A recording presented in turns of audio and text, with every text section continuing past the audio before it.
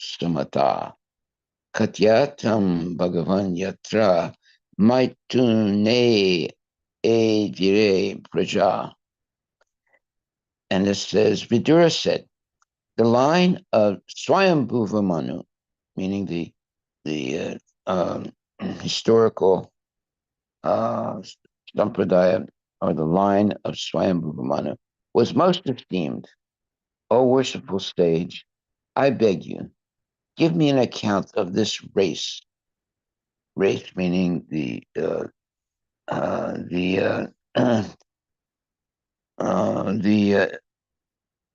the um, the um, lineage. yeah, the lineage of Swayambhuva.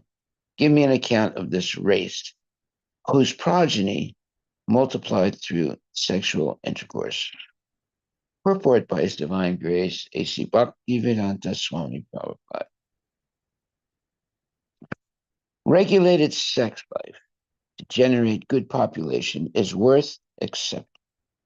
Actually, Vidura was not interested in hearing a history of persons who merely engaged in sex life, but he was interested in the progeny of Swayambhuva Manu, because in that dynasty, good devotee kings appeared who protected their subjects very carefully with spiritual knowledge. By hearing the history of their activities, therefore, one becomes more enlightened. An important word used in this connection is parama samata, which indicates that the progeny created by Swayambhuva Manu and his sons was approved by great authorities. In other words, sex life for creating exemplary population is accepted to all stages and authorities of Vedic scripture. So that means any family in which the process of procreation takes place according to the principles of Krishna consciousness, that is a bona fide, let's say, or that's approved by great authorities. In other words, sex life for creating exemplary population is acceptable to all sages and authorities of Vedic scripture. Even Bhaktisiddhanta Saraswati Thakur, who never got married, is always a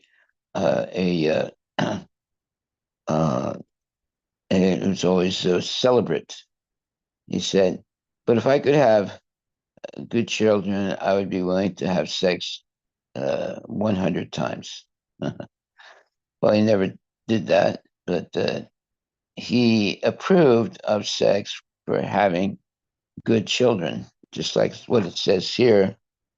Uh, it says that one becomes more, it says, an important word used in this connection is parama samata, which indicates that the progeny created by Swayambhuva Manu and his sons was approved by the great authorities. In other words, sex life for creating exemplary population is acceptable to all stages and authorities of Vedic scripture. Now, that should be our goal also in life, that there should be only sex for having uh, very nice devotee children. Doesn't matter whether it's a boy or a girl. And so that there is a whole race of exemplary population. And this is acceptable to all sages and authorities of Vedic scripture. Yeah, because we don't want a whole race of demons who are uh, who are born out of lust and ignorance. Okay, so now Vidura is asking Swayambhuva Manu to give an account or give a history of his race. his sampradaya, let's say, whose progeny multiplied through sexual intercourse. Okay. So regulated sex life to generate good population is worth accepting. Actually, Vidura was not interested in hearing the history of persons who merely engaged in sex life, but he was interested in the progeny or the children of Swayambhuva Manu, because in that dynasty, good devotee kings appeared who protected their subjects very carefully with spiritual knowledge. By hearing the history of their activities, therefore, one becomes more enlightened. An important word used in this connection is parama samata, which which indicates that the progeny created by Swayambhuva Manu and his son was approved by great authorities. In other words, sex life for creating exemplary population is acceptable to all stages and authorities of Vedic scripture. So this really points to the principle of a right way and a wrong way. If uh, if one engages in Krishna consciousness and follows all the rules and regulation for having children and actually follows them, that's the right way. And if one engages in a sex life simply for mundane pleasure or lusty behavior, that's wrong. So just having uh, children like cats and dogs, as Prabhupada says, is not really an achievement. It's a negative thing. But to engender children according to the principles of uh, uh, Vaishnava Sampradaya, that is a glorious thing because you have children who grow up to be genuine devotees, and that begins uh, at the moment of conception. Not, in other words, that's the ideal way. At the moment of conception, the mind uh, of the wife and the husband should be in a mode of transcendental goodness, so that the child will be given to them who is a genuine devotee. Now, if that doesn't happen, if the husband and wife were in a mode of ignorance or passion when they tried to have a child, uh, again, if the child is uh, engaged by the parents in Krishna consciousness activity, uh, the child can become purified and become a devotee. So, but the ideal way to have children is begin by performing uh, uh, the well, what Prabhupada recommended was performing 50 rounds. Both the husband and wife chant together, have 50 rounds, and then try to have uh, a child, and so that their minds are purified before they attempt to have a child, because the consciousness of the parents at the moment of conception is going to determine what kind of child is put into the womb of the mother by Krishna. So this is the science of having children. It's not just having sex. It's having the consciousness purified before attempting to have a child. And with purified consciousness, the husband and wife pray to Krishna. They should pray at least 50 rounds and then attempt to have the child. Okay. In other words, sex life for creating exemplary population is acceptable to all sages and authorities of Vedic scripture. Text 2. The two great sons of Swayambhuva Priyavrata and Uttanapada, ruled the world, consisting of 7 islands, just according to religious principles. So there's 7 great islands in the world. Purport by His Divine Grace, A.C. Bhaktivedanta Swami Prabhupada. Srimad Bhagavatam is also a history of the great rulers of different parts of the universe. In this verse, the names of Priyavrata and Uttanapada, sons of Swayambhuva, are mentioned. They ruled this earth, that means the whole earth, the whole planet Earth, which is divided into 7 islands. These 7 islands are still current as Asia, Europe, Africa, America, Australia, and the North and South Poles.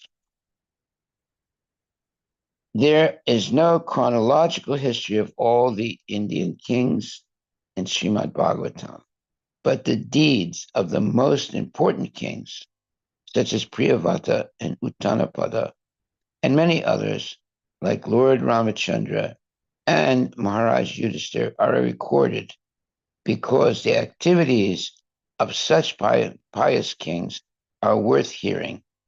People may benefit by studying their histories. Yeah, we don't have, a chronological list of every leader in the history of the world. Only we only hear about the transcendental devotees who ruled the earth and protected the citizens and had, what you would call Sanatan Dharma culture. Hearing about all the demons is not really beneficial. You might want to know what their names are, but it's better to learn about the pure devotees who ruled the world in the past. Okay. So text number 3. O holy Brahmana, O sinless one, you have spoken of his daughter, known by the name Devahuti, as the wife of the sage Kardama, the Lord of created beings. Purport by Srila Prabhupada. Here we are speaking of Swayambhuva Manu, but in Bhagavad Gita, we hear about Vaivaswatu Manu. The present age belongs to the Vaivaswata Manu. Swayambhuva Manu was previously ruling, and his history begins from the Varaha age, or the millennium when the Lord appeared as the boar. There are 14 Manus in one day of the life of Brahma, and in the life of each Manu, there are particular incidents. The Vaivaswata Manu of Bhagavad Gita is different from Swayambhuva Manu.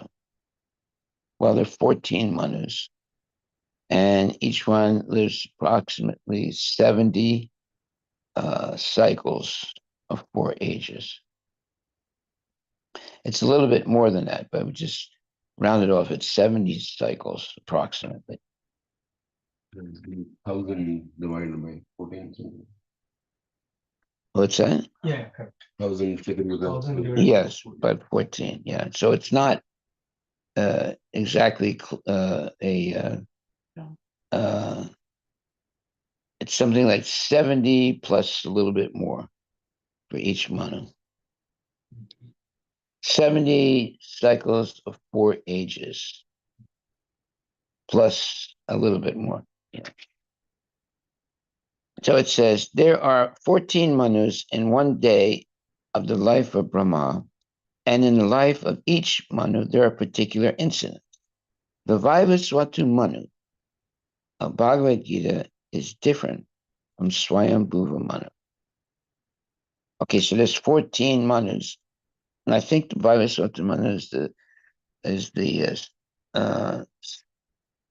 seventh or eighth. I'm not sure which one. Seventh, yeah. Okay, text number 4. How many offspring did that great yogi beget through the princess who was endowed with eightfold perfection in the yoga principles? Oh, pray tell me this, for I am eager to hear it. Now that is very important because Vidura is asking these questions and Maitreya is answering them.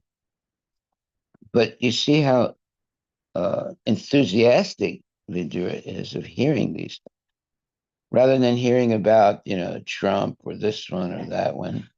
Uh, he's very, very anxious about hearing the pastimes of Swayambhuva Manu and the other Manus and Krishna and so forth.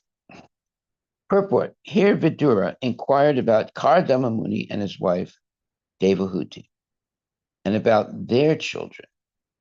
It is described here that Devahuti was very much advanced in the performance of eightfold yoga. The 8 divisions of yoga performance are described as 1. Control of the senses, 2. Strict following of the rules and regulations, 3. Practice of the different sitting postures, 4. Control of the breath, 5. Withdrawing the senses from sense objects, 6. Concentration of the mind, 7. Meditation, and 8. Self-realization. After self-realization, there are 8 further perfectional stages, which are called yoga siddhis. The husband and wife, Kardama and Devahuti, were advanced in yoga practice. The husband was a Mahayogi, great mystic, and the wife was a Yoga Lakshana, or one advanced in yoga. They united and produced children. Formerly, after making their lives perfect, great sages and saintly persons used to beget children. Otherwise, they strictly observed the rules and regulations of celibacy. Brahmacharya, following the rules and regulations of celibacy, is required for perfection of self-realization and mystic power. There is no recommendation in the Vedic scriptures that one can go on enjoying material sense gratification at one's whims as one likes, and at the same time become a great meditator by paying a rascal some money. Prabhupada is really right on the always saying things correctly. So the life of a brahmachari. A brahmachari is someone who follows the rules and regulations of celibacy. Celibacy meaning there's no sex at all. It's simply practicing Krishna consciousness. So it says that the husband and wife, Kardama Muni and Devahuti, were advanced in yoga practice. So what does that mean? There are 8 divisions of yoga practice, and they're described as 1. Control of the sense, 2. Strict following of the rules and regulations, 3. Practice of the different sitting postures, 4. Control of breath, 5. Withdrawing the senses from sense objects, 6. Concentration of the mind, 7. Meditation, and 8. Self-realization. Now, we don't necessarily follow that sequence of 8, but the same thing is achieved by following the rules and regulations of Krishna consciousness. And that means no meat eating, no gambling, no illicit sex, no intoxication, and always chanting the Hare Krishna Maha Mantra and hearing lectures given by good bona fide devotees, and always associating with devotees and going on Sankirtan and like that. So uh, the same thing is achieved as what's being explained here. What does that mean? It means that if we follow the rules and regulations of Krishna consciousness, we are able to keep our mind focused on Krishna throughout our whole life. And that's the real goal of meditation and the real goal uh, of yoga is to be able to keep your mind focused on Krishna every minute of the day and every minute of your life or every second of your life. Therefore, the 8 divisions of yoga performance are meant to help one do this. And one is control of the senses, strict following of the rules and regulations, practice of the different sitting postures. Of course, we don't do that. Control of the breath. Well, we do control it by only talking about Krishna. Withdrawing the senses from sense objects, yes. Concentration of the mind, yes. And meditation, yes. And self realization. After self realization, there are 8 further perfectional stages, which are called yoga siddhis. The husband and wife, Kardama and Devahuti, were advanced in yoga practice. The husband was a Mahayogi, great mystic, and the wife was a Yoga Lakshana, or one advanced in yoga. They united and produced children, formerly after making their lives perfect, great sages and saintly persons used to beget children. Otherwise, they strictly observed the rules and regulations. Brahmacharya, following the rules and regulations of celibacy, is required for perfection of self-realization and mystic power. There is no recommendation in Vedic scriptures that one can go on enjoying material sense gratification at one's whims, as one likes, and at the same time become a great meditator by paying a rascal some money. Okay, so the life of a devotee is to simply follow the rules and regulations that Srila Prabhupada has explained to us. So in the beginning of the movement, Prabhupada didn't talk about the rules and regulations. He just talked about chanting Hare Krishna. But as time went on, one devotee asked Prabhupada, and he said, Prabhupada, are there any rules and regulations really in Krishna consciousness? And Prabhupada said, oh, well, thank you for asking. Yes. Then he wrote them down on a piece of paper. I don't know if we have, and then he showed the devotees, and then the devotees regretted asking us.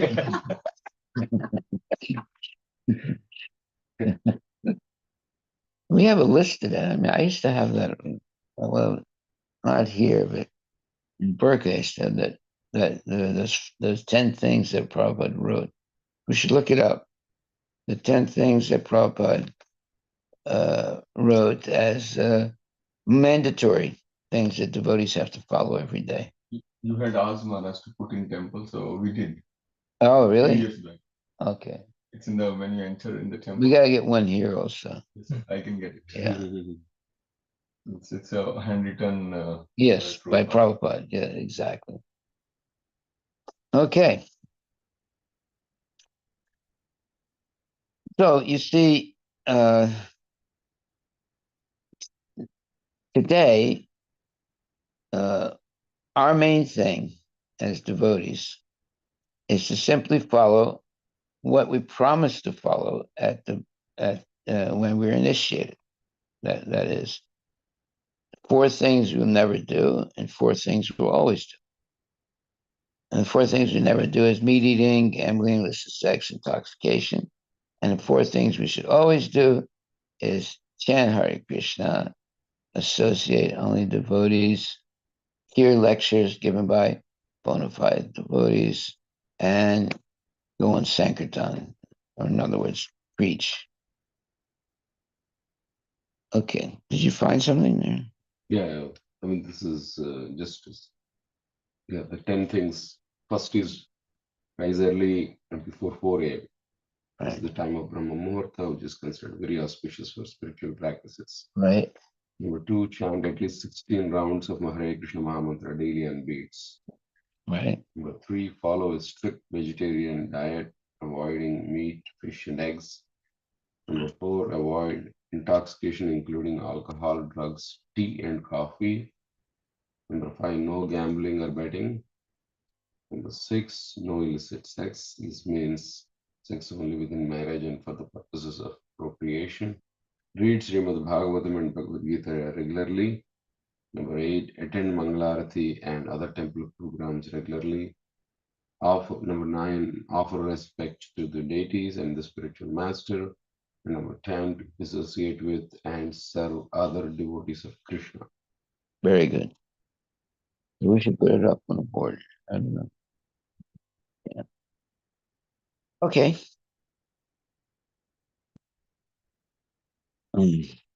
So Kardama Muni and Devahuti, they were advanced in yoga practice. The husband was a Mahayogi, great mystic. And the wife was a Yoga Lakshana, or one advanced in yoga. They united and produced children. Formerly, after making their lives perfect, great sages and saintly persons used to beget children. Otherwise, they strictly observed the rules and regulations of celibacy. Yeah, let's put it like this. If there are no children, there's not going to be a next generation. But the children should be the children of pure devotees who actually follow regulative principles. Okay.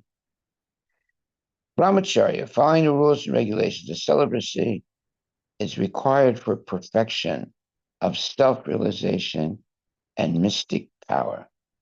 Yeah. Now, a woman who is uh, celibate, I know she might have children, but then one doesn't engage anymore in the copulation. She develops mystical powers, and so do men who stop, trying to have more children. And Prabhupada usually said about two or three children. You know. uh, so anyway, the actually three children, uh, according to the United States uh, population. Hmm. You have to have three children to keep population, steady. If you have no children, you only have one children, eventually the number of people needed to, let's say, function in the country will be uh, less than what is required. Then you have to bring in people from other countries. Long as we have Elon Musk. Yeah, Elon Musk and 9 kids with 6 or 7 different wives. Crazy guy.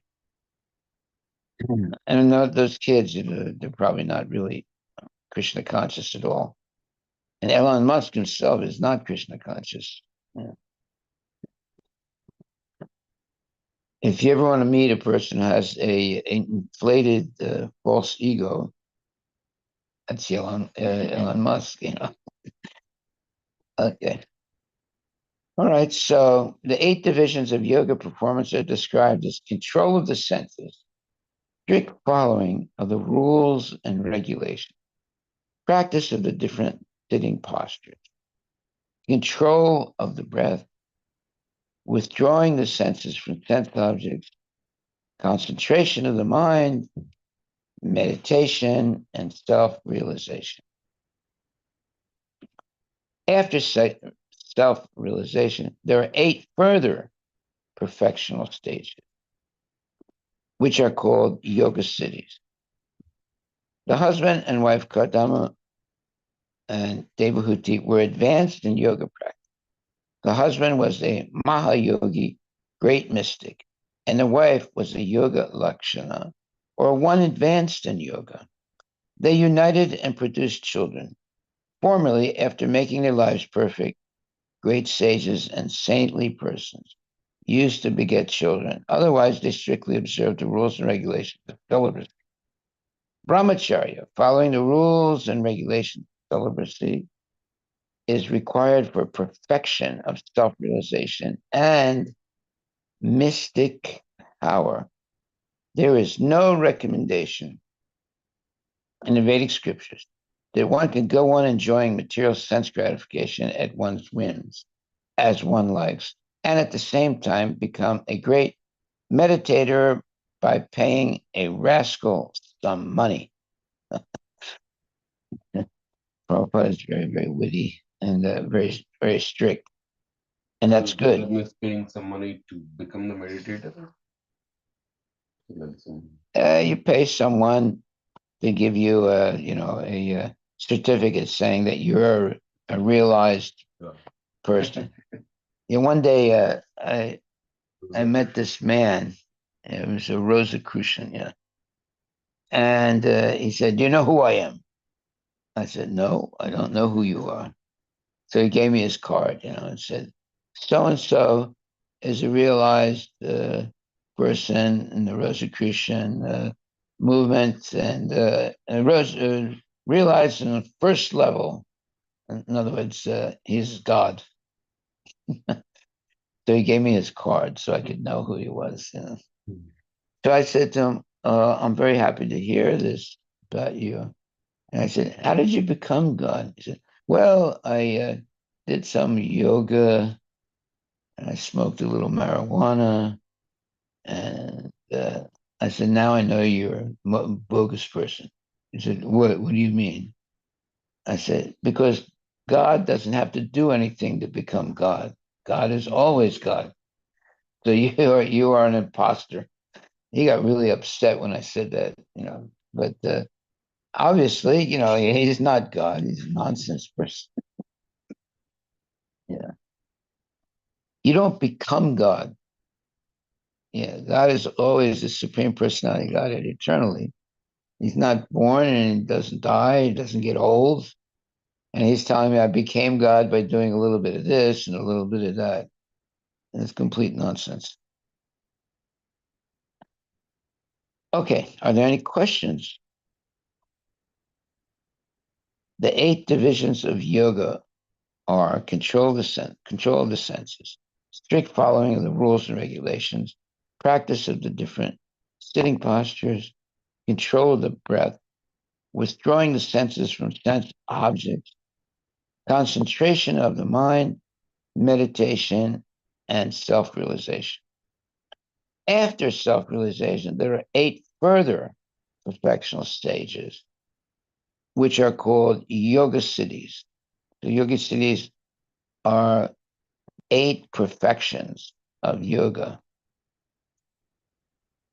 Okay, so anyway, Kardama Muni and Devahuti were advanced in yoga practice. And Kardama Muni was a Mahayogi or great mystic, and the wife was a Yoga Lakshana or one advanced in yoga. So, in other words, they came together and they were married and they had children. And they strictly observed the rules and regulations of celibacy. So someone would say, oh, wait a minute. It says here they're having children. So how can they be celibate? Because they don't have any sex after having children. It's just that they engage in copulation to have good children by following the strict rules, and then that's it. It's finished. Now they take care of raising the children to become genuine devotees, and that is the proper way of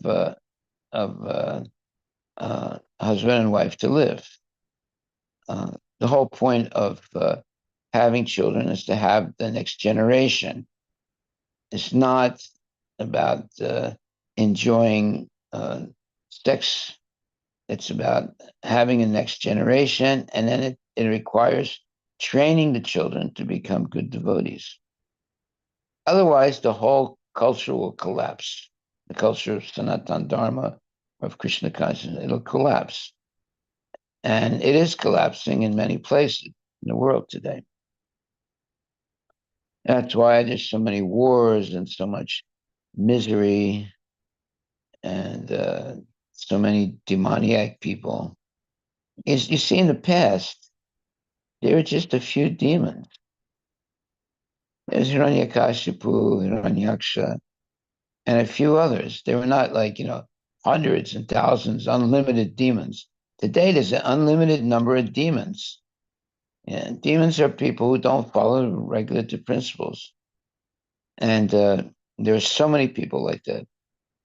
Whereas in the past, it was a very rare thing uh, and there always have been demons, but there were not a lot of them. And today, there are a lot of them. Okay, so text number 5. O holy sage, tell me how the worshipful Ruchi and Daksha, the son of Brahma, generated children after securing as their wives the other two daughters of Swayambhuva Manu. Purport by Srila Prabhupada. All the great personalities who increased the population in the beginning of the creation are called Prajapatis. Brahma is also known as Prajapati, as were some of his later sons. Swayambhuva Manu is also known as Prajapati, as is Daksha, another son of Brahma. Swayambhuva had two daughters, Akuti and Prasuti. The Prajapati Ruchi married Akuti, and Daksha married Prasuti. These couples and their children produced immense numbers of children to populate the entire universe. Vidura's inquiry was, how did they beget the population in the beginning? So we're not only talking about human beings, we're talking about all different types of living entities. They gave birth to all different types of living. Text 6. So now so Vidura is interested in hearing about this, how'd they do that? Have so many different types of living entities and so forth. And he's anxious to hear this from Maitreya Muni. So the great sage Maitreya replied, commanded by Lord Brahma to beget children in the worlds. Notice it says plural, in the worlds. The worshipful Kardama Muni practiced penance on the bank of the river Saraswati for a period of 10,000 years. So he really wants to be completely purified before he even attempts to have children. And it was on the river on the bank of the river Saraswati. Now, the Saraswati River is not visible today. It used to be in the past. It's not visible today. It's a very sacred river. But who knows? Maybe in the future it'll come back again. Purport by His Divine Grace, A.C. Bhaktivedanta Swami Prabhupada. So today we have the Ganges River and we have other rivers, but the sacred river of Saraswati, is not visible. However, Kardama Muni practiced penance on the bank of the river Saraswati for a period of 10,000 years. So that's in order to have good children, you see. The whole period of what you would call tapasya that one has to perform. Purport by Srila Prabhupada. It is understood herein that Kardama Muni meditated in yoga for 10,000 years before attaining perfection. Similarly, we have information that Valmiki Muni also practiced yoga meditation for 60,000 years before attaining perfection. Therefore, yoga practice can be successfully performed by persons who have a very long duration of life, such as 100,000 years. In that way, it is possible to have perfection in yoga. Otherwise, there's no possibility of attaining the real perfection. Following the regulations, controlling the senses, and practicing the different sitting postures are merely the preliminary practice. We do not know how people can be captivated by the we do not know how people can be captivated by the bogus yoga system in which it is stated that simply by meditating 15 minutes daily, one can attain the perfection of becoming one with God. This age, Kali Yuga, is the age of bluffing and quarrel. Actually, there is no possibility of attaining yoga perfection by such paltry proposals. Paltry means very, very insignificant proposals. The Vedic literature, for emphasis, clearly states 3 times that in this age of Kali, which it means Kalo Nasti Eva, Nasti Eva, Nasti Eva. There is no other alternative, no other alternative, no other alternative than Hare Nama, chanting the holy name of the Lord. So all these things that people were doing in the past to attain perfection cannot be performed today. But the recommended way to make spiritual advancement today is by chanting the holy name of the Lord, especially the Hare Krishna Mahamantra. Hare Krishna, Krishna Krishna, Hare Hare, Hare Rama, Rama Rama, Hare Hare. And it's very emphatically said that Kalo Nasti Eva, Nasti Eva, Nasti Eva. It cannot be done in any other way. No, it says no other alternative, no other alternative, no other alternative than Hare Nama, chanting the holy name of the Lord. So Hare Krishna Maha Mantra is the recommended way. In other words, chanting Hare Krishna Maha Mantra is the recommended way to attain yoga perfection. There were other ways in the previous times, but in Kali Yuga, the Hare Krishna Maha Mantra is the yoga dharma, the way one can attain perfection in this period of time. And there's no alternative other than chanting the Hare Krishna mantra. Okay, so during that period of penance, this is text 7, the sage Kardama, by worship through devotional service in trance, in other words, he's performing his service by meditation, propitiated, in other words, satisfied the personality of Godhead, who is the quick bestower of all blessings upon those who flee to him for protection. In other words, who enthusiastically come to him, meaning Krishna, for protection.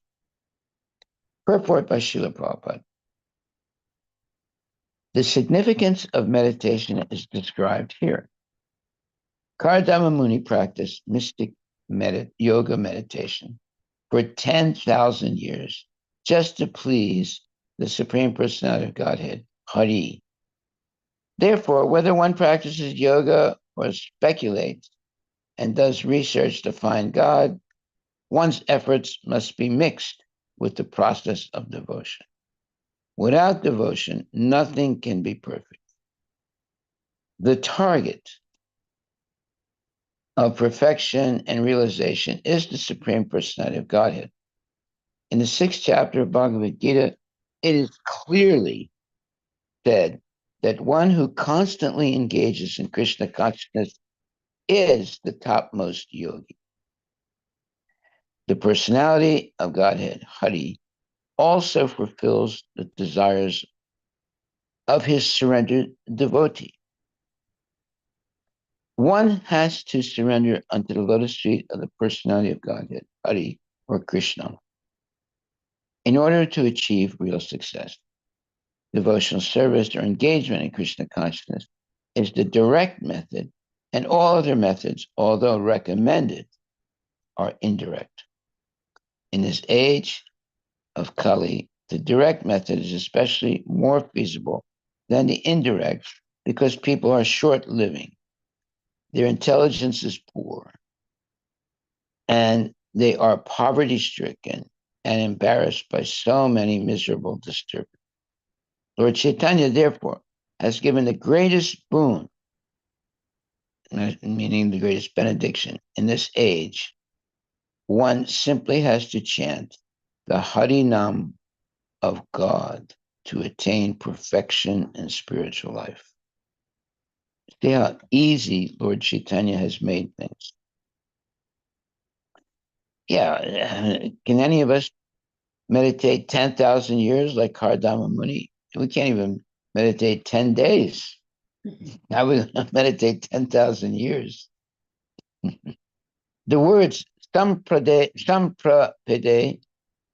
Harim mean that in various ways, Kardama Muni satisfied the Supreme Personality of Godhead, Hari, by his devotional service.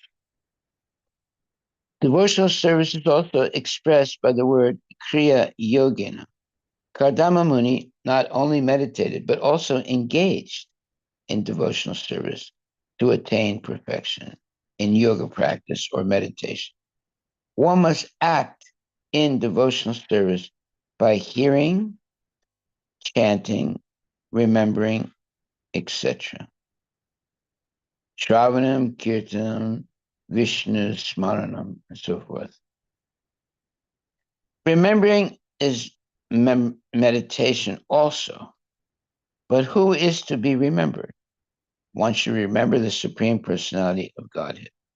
Not only must one remember the Supreme Person, one must hear about the activities of the Lord and chant his glory.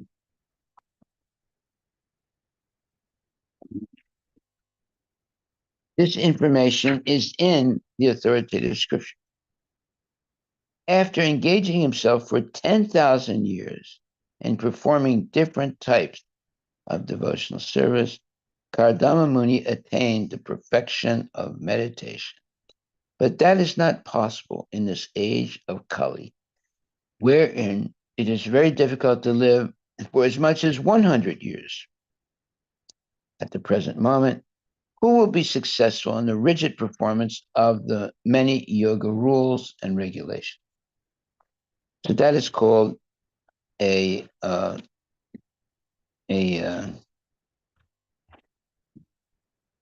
he's asking a question. That's called a rhetorical question. Look that up. A rhetorical question. I think that's the right word. You don't have to answer. I mean, the way he asks the question, you don't have to answer it. The answer is there in the question already. Question asked in order to make a point rather than to get an answer. Yes, you don't have to answer. And the answer is already in the question. That's called a rhetorical question. Hey, we learned something new today. Moreover, perfection is attained only by those who are surrendered souls. Where there is no mention of the personality of Godhead, where is their surrender? So that's a rhetorical question right there. You don't have to answer it, you know. And where you understand what the answer is. And where there is no meditation upon the personality of Godhead, where is the yoga practice? Oh, that's a good point. And let's see it now. Why don't you go on the internet and look up, let's say, Astanga Yoga or Raja Yoga, um, Kriya Yoga. You know, they have these different schools of yoga, and they're on the internet, and they explain what they do. So let's hear what they say about what they do. So here it says, moreover, perfection is attained only by those who are surrendered souls. Where there is no mention of the personality of Godhead, where is their surrender? So what is it? What does it say? Look up yoga schools and what they are teaching. Maharaj,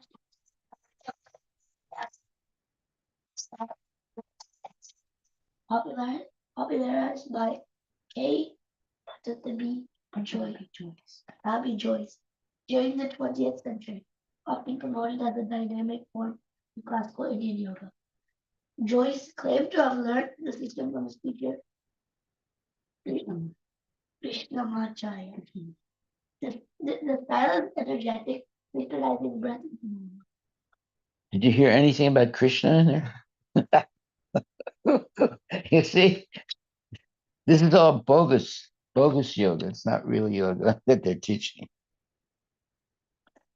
So here Prabhupada says, moreover, perfection is attained only by those who are surrendered souls.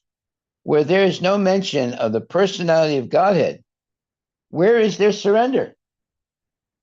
See, that's a rhetorical question, you know. If they don't talk about Krishna, then how can you say they're surrendered? And where there is no mention upon the personality of Godhead, where is their yoga practice? In other words, whatever yoga they're practicing today is bogus. It's not real. You know, it's not bona fide. And where there is no meditation upon the personality of Godhead, where is the yoga practice?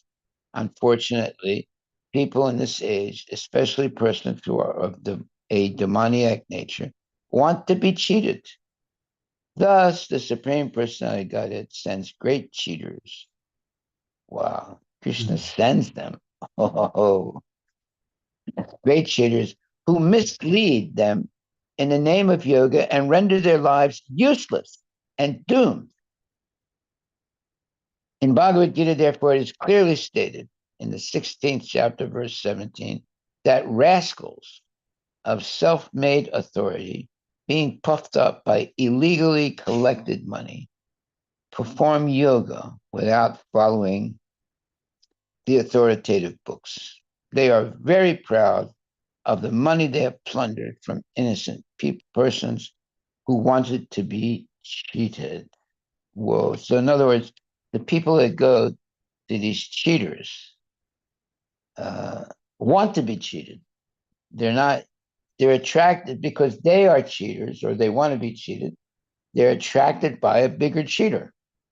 You see? So the bigger cheater is like, a Satguru or that guru or another guru. They are misleading people who want to be misled. That's why they're attracted to those type of people. And Prabhupada says, it is clearly stated in the 16th chapter, verse 17, that rascals of self-made authority. You see, now in Krishna consciousness, we have disciplic succession. And we have to be trained and educated, and then we can get initiated. And then if we follow the rules and regulations strictly for so many years, we can become a mentor or eventually a guru also. But it's not something overnight. It requires time and serious practice of Krishna consciousness.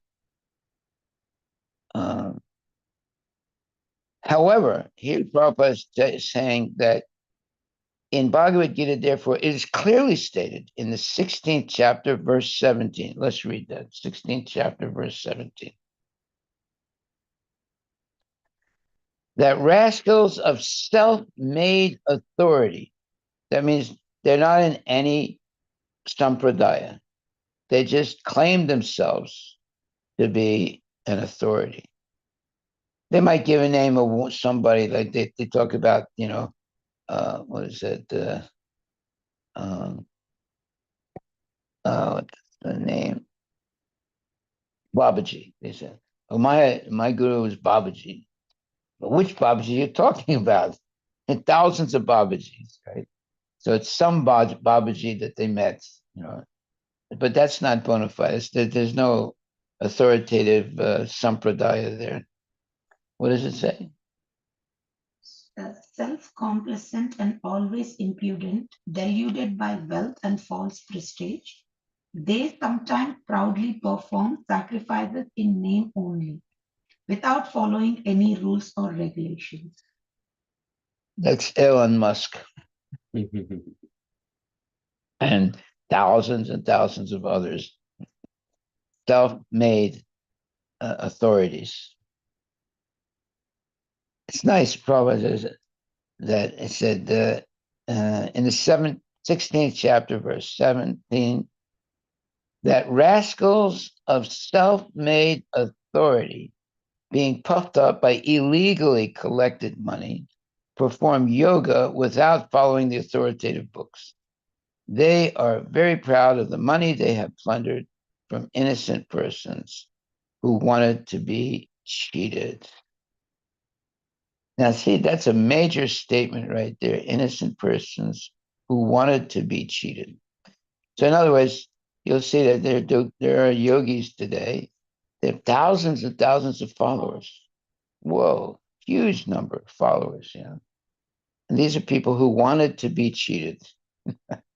So they're attracted to these type of bogus yogis like Mahesh Yogi, and others. There's so many of them. The food for 16 chapter is also very.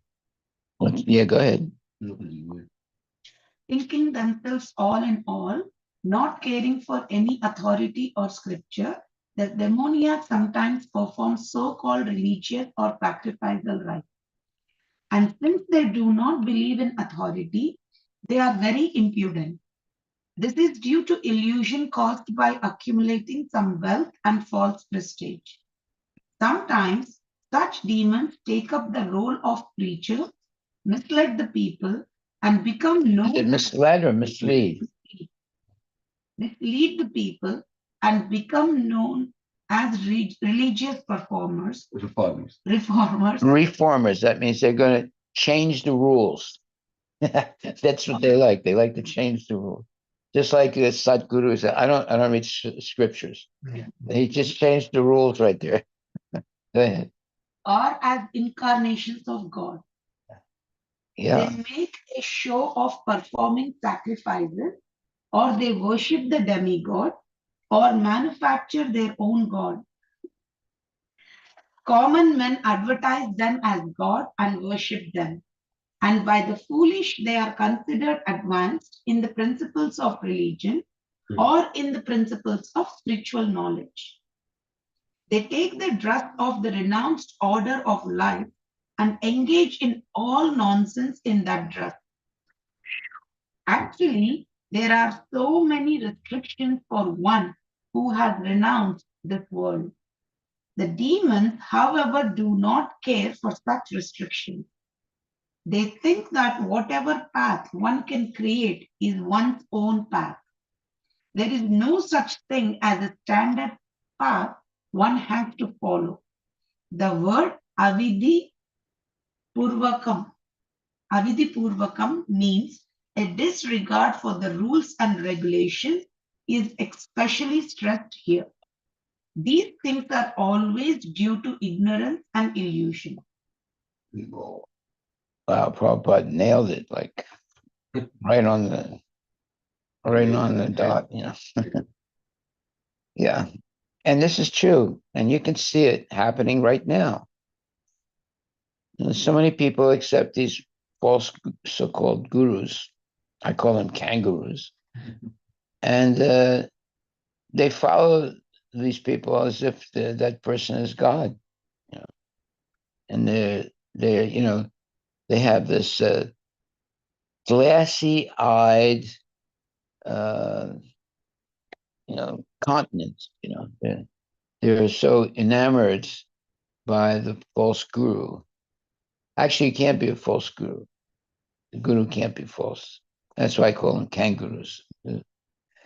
Uh, and they follow them, thinking that they're becoming purified, but actually they're becoming contaminated.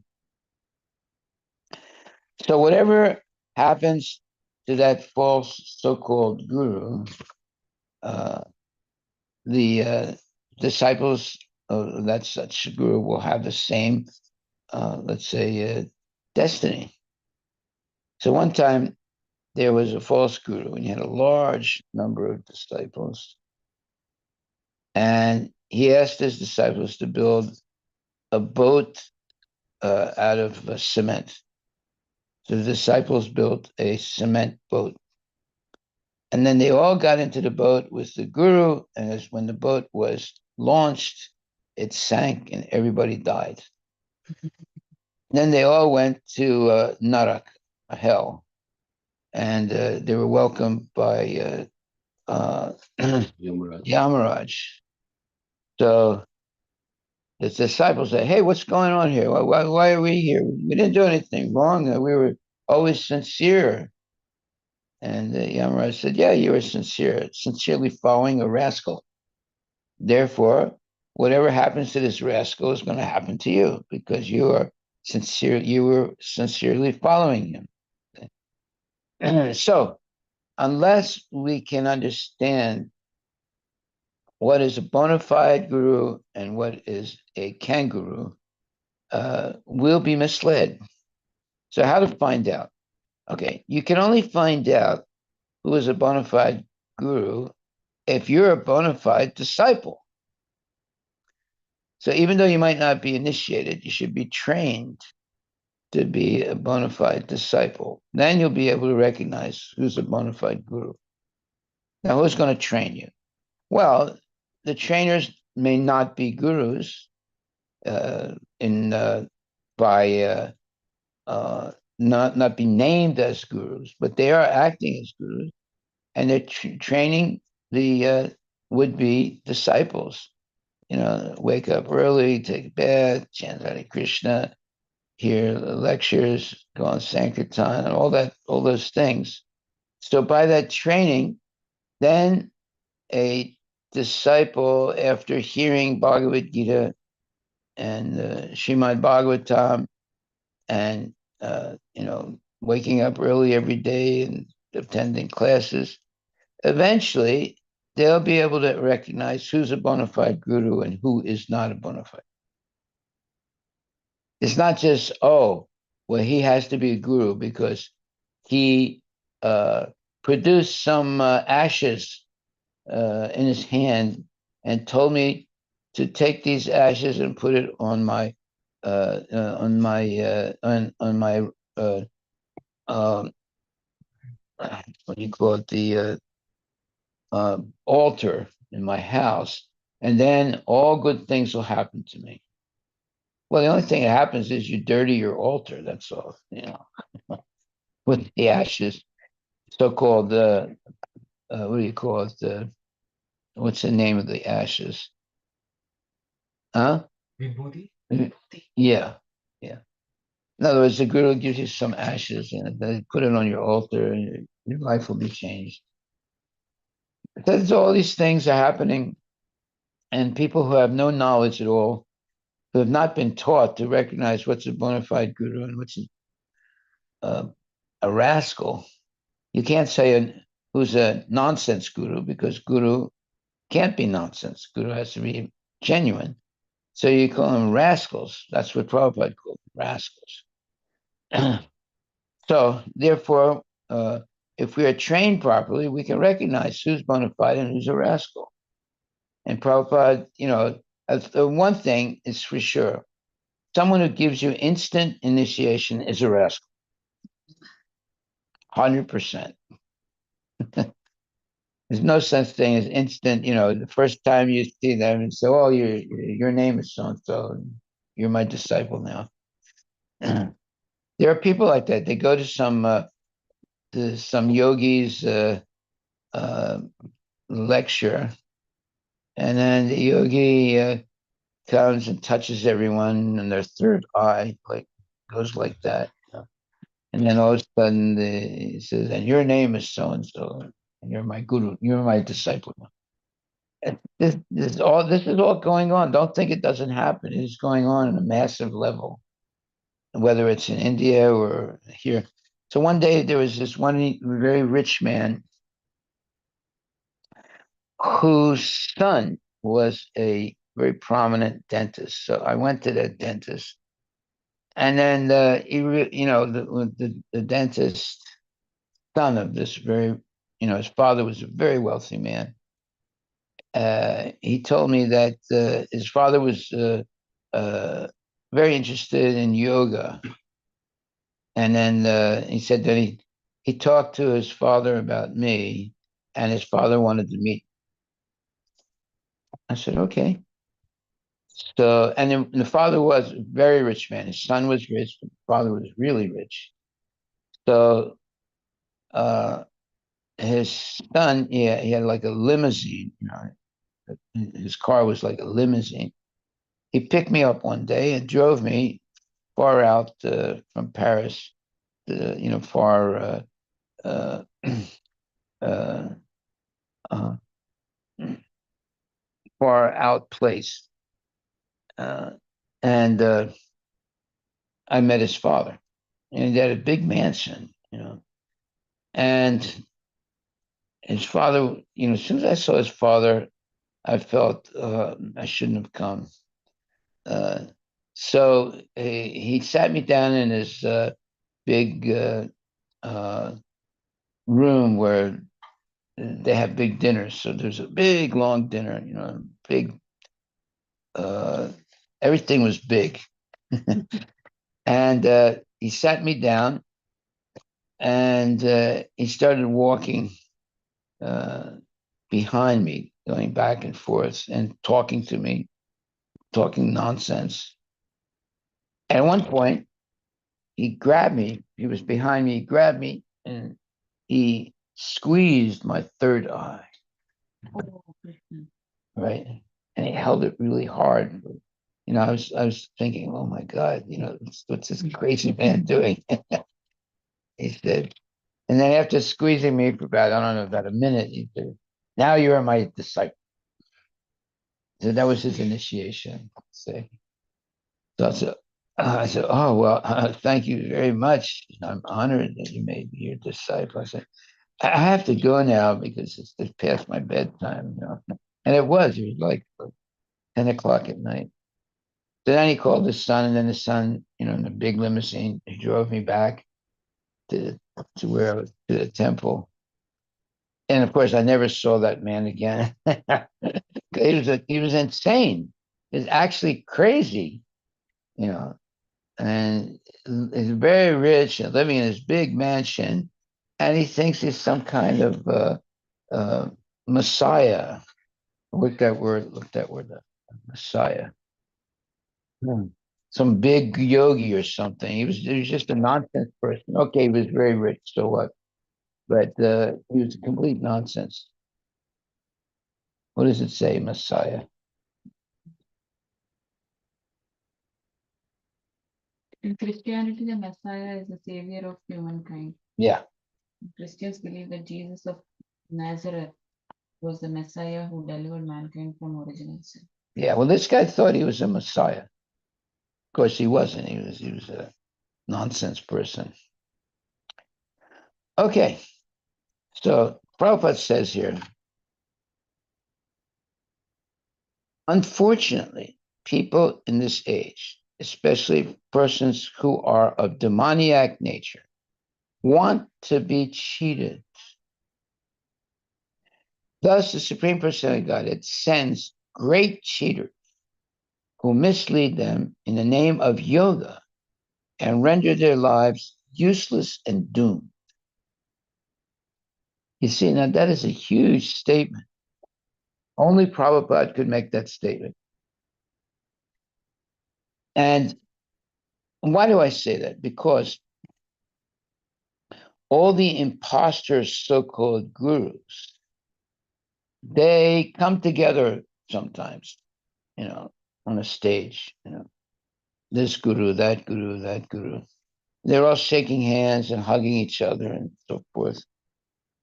And oftentimes they used to invite Prabhupada to come also. And he always refused to go because they were all bogus people, right? And he didn't want to associate with them. They would invite him to come, Swami this and Yogananda that, they were all there. And Prabhupada said, I'm not going. Why? Because he didn't want to join the group, the group of so-called yogis. They're not yogis. They're just fakes. They're imposters and just making a lot of money by cheating unwitting young people, young or old, doesn't matter. So Prabhupada says, unfortunately, people in this age, especially persons who are of demoniac nature, want to be cheated. Thus, the Supreme Personality of Godhead sends great cheaters who mislead them in the name of yoga and render their lives useless and doomed. Now, only Prabhupada can make this statement. No one else would even dare make a statement like that. In Bhagavad Gita, therefore, is clearly stated in the 16th chapter, verse 17, that rascals of self-made authority, that means they don't really have a sampradaya. They might say, oh, so-and-so, Balaji, not Balaji, what's the name of that? So-and-so was my guru. I said the name before. Babaji, yeah. Babaji is my guru. Well, which Babaji you're talking about? There's a million Babajis. Yeah. And they're always talking about this mythological Babaji. And it's not basically what they're saying is they don't have a disciplic succession. They're not in a disciplic succession. They're just giving a name to some person that just exists in the minds of people, but it's not necessarily referring to a specific person. This is mythical Babaji. Right? Look that up, mythical Babaji. So when someone asked them, so well, who's your guru? Well, I was initiated by Babaji. Which Babaji are you talking about? There's so many of them.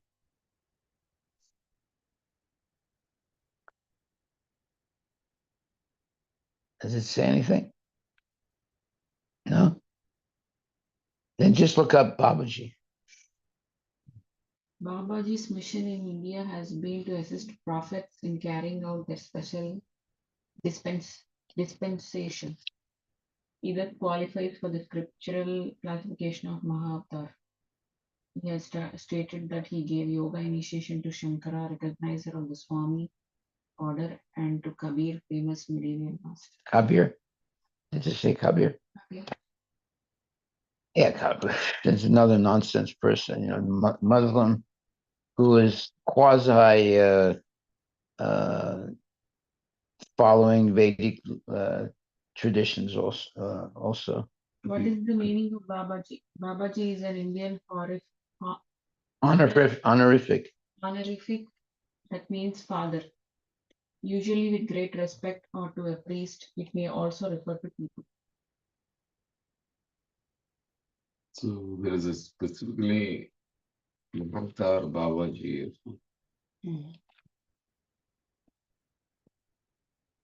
Specifically, Yeah, it is mostly about Mahavatar. Avatar Babaji. who is that? He is the founder of Kriya Yoga. Uh, Mataji is has probably a lot more context. Kriya yoga is very dangerous. If you're not very, very careful, it can bust your head. It's because you're supposed to liberate yourself from a tiny hole that's in the head. Now, when you're older like us, you don't feel it anymore. But in a baby, you can feel it. There's a very soft part of the top of the head, which is the Brahmarandra, right? And your soul is supposed to go through that. And when all of us still have that hole, but it's very small now. Yeah, and that's where the yogis escape from the body, and they can then travel all over the universe. It's on the top of the head somewhere. So anyway, there's so many things. Thank God we met Prabhupada. Otherwise, we'd be tricked by these nonsense people. Okay. So, and then Prabhupada will end with this. Prabhupada, I'm going to read this again. Unfortunately, people in this age, especially persons who are of demoniac nature, want to be cheated. Thus, the Supreme Personality of Godhead sends great cheaters who mislead them in the name of yoga and render their lives useless and doomed. Now, nobody else would ever make a statement like this. Only Prabhupada, who's a pure devotee. Now, your homework is to make a list of all these cheaters. Look him up. There's a lot of them. So, Satguru is one, but there are many more, many, many. Look up, make a little list of the cheaters.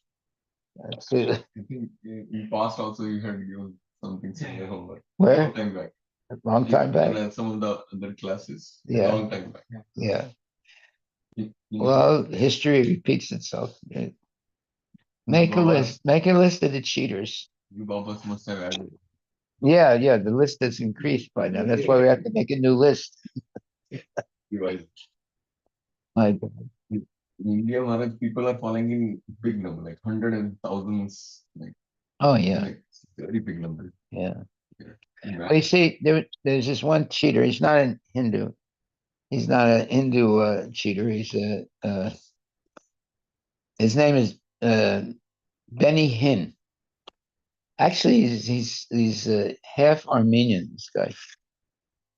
He's born in Palestine. He had a huge following, but he's lost most of it now because his own relatives have spoken against him. That he's just a cheater. So look up Benny Hinn. You see, the bogus gurus are not only Indians. You have them in Christianity also. Big nonsense so-called gurus and imposters, and they have it in Islam also. His net worth is $60 million. Yeah, you know how he got it? Just by and what he does is he gets people to come on a stage, and then he says some abracadabra nonsense and touches them, and then they faint, right? And he has people standing behind them so that when they faint, they fall over. And then and that's people who have been paralyzed. And then he asks them, "All right, now you walk with me down this part of the stage." They walk back and forth a little bit. And then the lady or the man gets off their wheelchair, right, and walks a couple steps. And then he says, "See, it's they're freed and they're healed." And the way he does it is, he has these two men stand behind the person who's, let's say, was on a wheelchair, and they help her stand up, or him. And then he says something, and it says, "In the name of Jesus, you are healed." Right, real loud, right? And then the lady will faint, and then they catch her before she hits the ground, and then she's laid down like that. And then good old Benny Hinn, they say, stand up, stand up. And then she stands up, and then they walk together a little bit, The whole thing is staged. The whole thing is staged, right? And then he gets huge donations. And unfortunately, he's like half Armenian, that guy. He was born in Palestine, and I think his mother was an Armenian and his father was an Arab. It's like really nonsense, people. So, did you look him up, Benny Hinn?